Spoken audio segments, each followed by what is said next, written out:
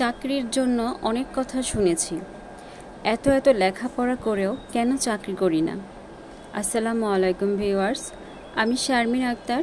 আজকে আরেকটি নতুন ব্লগ নিয়ে হাজির হলাম আপনাদের সাথে। কেমন আছেন সবাই? আলহামদুলিল্লাহ, আমি ভালো আছি। আসলে লেখাপড়া করলেই কি চাকরি করতে হবে, এমন কি কোনো কথা আছে? ছোটবেলা থেকেই অনেক স্বপ্ন ছিল যে অনেক অনেক পড়ালেখা করব, চাকরি করব। লেখাপড়া করতে আমার অনেক ভালো লাগে, বা আগেও লাগতো। আমার মনে আছে, আমি যখন পড়তে বসতাম, আমার মা যদি কোনো কাজের কথা বলতো, আমি বলতাম যে আমার পড়া আছে। আসলে কাজের ফাঁকি আর কি। কাজ করতে চাইতাম না, শুধুই পড়তে চাইতাম। কাজকে অনেক ভয় পেতাম। কিন্তু আমার ছোট বোন সম্পূর্ণ বিপরীত।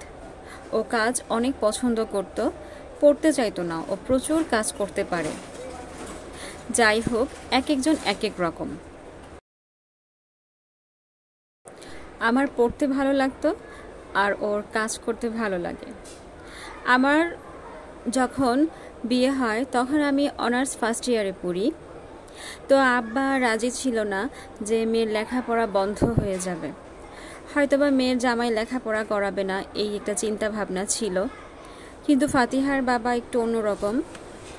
ও আমাদের ফ্যামিলিকে অনেক বুঝায় শোনায় আমাকে বিয়ে করছে। তো ওর কথা রাখছে, ও আমাকে লেখাপড়া করাইছে। Honours first year, second year, third year, final year সম্পূর্ণ খরচ ওই দিছে। মাস্টার্স কমপ্লিট করাইছে ও। তারপরে আমি যখন বলছিলাম যে আমি জব করতে চাই, ব্যাংকিং জবের কোর্স করাইছে, কম্পিউটার শিখাইছে। মানে আমার পিছনে অনেক টাকা সে ব্যয় করছে বা খরচ করছে। তো তার প্রতিদিন আমি কিছুই দিতে পারি নাই। হঠাৎ আমার কেন যেন মনে হলো যে আমি চাকরি করব না। ফাতিহা দুনিয়াতে আসলো, মানে ওকে নিয়েই ব্যস্ত হয়ে গিয়েছিলাম। চাকরির প্রতি কোনো মন মানসিকতাই ছিল না। তারপরেও চাকরির জন্য কিছু কিছু লেখাপড়া করেছি, কয়েকটা জায়গায় সরকারি চাকরির জন্য ইন্টারভিউ দিয়েছি। প্রাইভেট চাকরির জন্য কখনো চেষ্টা করি নাই।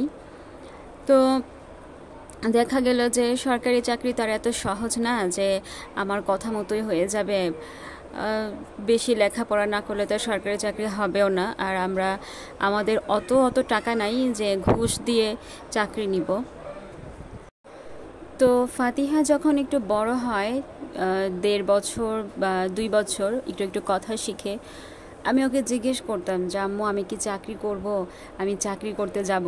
তখন ফাতিহা না কেন যেন না বলতো যে না, তুমি চাকরি করবা না, তাহলে আমাকে কে দেখবে। তো এই জিনিসটা আমার মাথায় ঢুকছে যে এতটুকু মেয়ে ওর মাকে চাইতেছে, যে মাকে বলতেছে যে চাকরি করতে না, তাহলে ওকে কে দেখবে।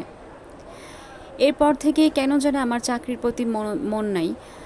আর প্রাইভেট চাকরিটা আমার কেন যেন ভালো লাগে না। তবে যারা চাকরি করেন তাদেরকে আমি যথেষ্ট সম্মান করি। কেউ শখের বশে চাকরি করছেন, কেউ ফ্যামিলির কারণে চাকরি করছেন, তাদেরকে আমি যথেষ্ট সম্মান করি। কিন্তু আমার আসলেই চাকরি করার ইচ্ছা নাই। তো এই যে আমার চাকরি করার ইচ্ছা নাই বা আমি চাকরি করি নাই, এই জন্য আমাকে অনেক কথা শুনতে হয়েছে বা এখনও শোনা লাগে যে লেখাপড়া করে কি হবে, লেখাপড়া করে কি করলা, চাকরি কেন করলা না। অবশ্য আমার হাজব্যান্ড কখনোই বলে না আমাকে। ও বলে তোমার ইচ্ছা, লেখাপড়া করেছো ভালো হয়েছে, চাকরি যে করতে হবে এমন কোনো কথা নেই। তবে আছে না যে সমাজের লোকেরা এইসব বলে আর কি, যে এত এত লেখাপড়া করে কি করলে, চাকরিটাই হইল না, চাকরি করলা না। আমাকে উদাহরণস্বরূপ দেখায় যে ও লেখাপড়া করে কি করেছে, চাকরি করে না, তো লেখাপড়া করার দরকার নাই।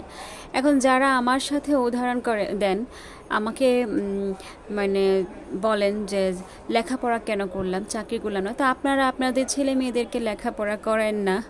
আপনাদের যদি ভালো লাগে যে লেখাপড়া করানোর পরে চাকরি করাবেন, তারা যদি চাকরি না করতে চায় তাহলে লেখাপড়া করেন না। আমি তো আমার শখের বশে, আমার ইচ্ছা ছিল লেখাপড়া করার, তাই লেখাপড়া করেছি। তাছাড়া ইন্টার পর্যন্ত আমার মা বাবা আমাকে লেখাপড়া করিয়েছে। অনার্স মাস্টার্স কমপ্লিট আমার হাজব্যান্ড করিয়েছে। অনেকেই আছে যে বিয়ে হয়ে গেছে, তাদের লেখাপড়া স্টপ হয়ে গেছে, তাদের হাজব্যান্ড লেখাপড়া করায় নাই। তা আমার হাজব্যান্ড যেহেতু আমাকে লেখাপড়া করাইছে, তাতে আপনাদের কোনো সমস্যা আছে কি না আমি জানি না। তো এরপর আমার রায়ান যখন দুনিয়াতে আসলো, ও প্রিম্যাচিওর ছিল, আমিও ভালোই অসুস্থ ছিলাম, এই জন্যেই চাকরিগুলো করা হয়নি। তো পড়ালেখা করলেই কি চাকরি করা লাগে, আমাকে একটু জানাবেন। তো আজকে এই ব্যাপারে আর কথা বলবো না, আজকে নতুন একটা রেসিপি দেখাবো। অবশ্যই আমার রেসিপিটি দেখার জন্য সাথেই থাকুন। এই মাছগুলোর নাম হচ্ছে তুলার ডাঁটি মাছ। আমি প্রথম রান্না করে খাবো তুলার ডাঁটি, আমি এর আগে কখনোই খাইনি। তো আমি কিভাবে রান্না করব আপনাদেরকে আজকে দেখাবো, আমার সাথেই থাকুন। আমি এখন লবণ, হলুদের গুঁড়া আর মরিচের গুঁড়া দিয়ে মাখিয়ে রেখে দিব। এই মাছটাকে আমি ভাজবো না, ভেজে রান্না করব না, আমি কষানোর পরে তারপরে দিয়ে দিব, রান্না করব, ভুনা করব, কষিয়ে ভুনা করব।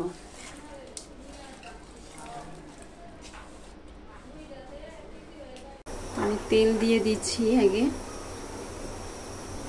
পেঁয়াজটা কষাতে হলে একটু বেশি তেল দিতে হয়, পেঁয়াজ ভুনা। পেঁয়াজ বাটাটাকে আমি ভালো করে কষায় নিব। তো পেঁয়াজের কালারটা এরকম ব্রাউন হয়ে আসবে, এখন আমি রসুন বাটা আর জিরা বাটা দিয়ে দিব। আজকে আদা বাটা দিব না, রসুন বাটা আর জিরা বাটার পরিমাণটা একটু বেশি দিতে হবে।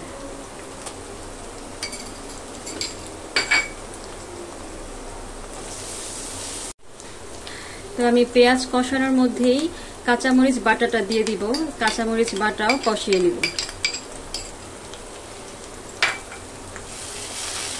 আজকে আস্তা কাঁচামরিচ দেই নাই, একটু বেটে দিয়েছি, ঘ্রাণটাও ভালো আসবে আর স্বাদটাও অনেক আসবে, ভালো আসবে।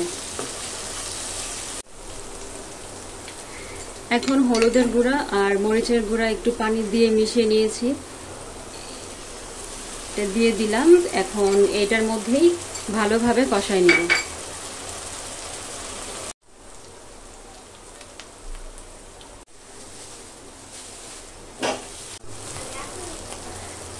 কষানোর পর এরকম একটা কালার চলে আসবে, এখন আমি টমেটো দিয়ে দিব। টমেটোটা আপনারা স্কিপ করতে পারেন, সমস্যা নাই।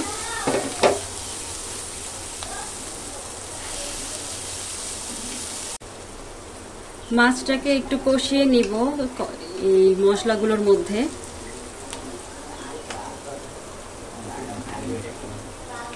এটা আমি আগেই ম্যারিনেট করে রেখেছিলাম।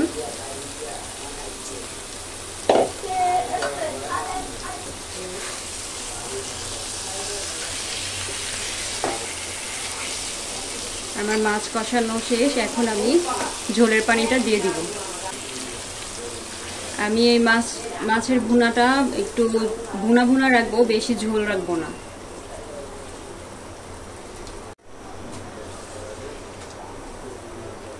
পানি দিয়ে ঢাকনা দিয়ে দিব, একটা দুটা বলক আসলেই আমি ধনিয়া পাতা দিয়ে নামিয়ে ফেলবো। এই পর্যন্ত যারা আমার ভিডিওটি দেখছেন, আমার ভিডিওটি যদি ভালো লেগে থাকে তাহলে দয়া করে একটি লাইক দিয়ে দিবেন এবং আমার চ্যানেলটিতে সাবস্ক্রাইব করে দিবেন। আর অলরেডি যারা করে ফেলেছেন তাদেরকে অসংখ্য অসংখ্য ধন্যবাদ। তুলার ডান্ডির মাছ আমি রান্না করেছি ঠিকই, বাট আমি খেতে পারি নাই, এক পিস পেয়েছি। যাই হোক, আর এই মাছটা আমি যেভাবে রান্না করেছি আপনারা যদি এই সেমভাবে রান্না করেন তাহলে দেখবেন একদিন খেলে আপনাদের 3 দিন খাবারের কথা মনে থাকবে। যাই হোক, আজকে আর ভিডিওটি বাড়াবো না। আমার ভিডিওটি যদি ভালো লেগেই থাকে তাহলে আমার চ্যানেলটি সাবস্ক্রাইব করুন। আল্লাহ হাফেজ, আসসালামু আলাইকুম।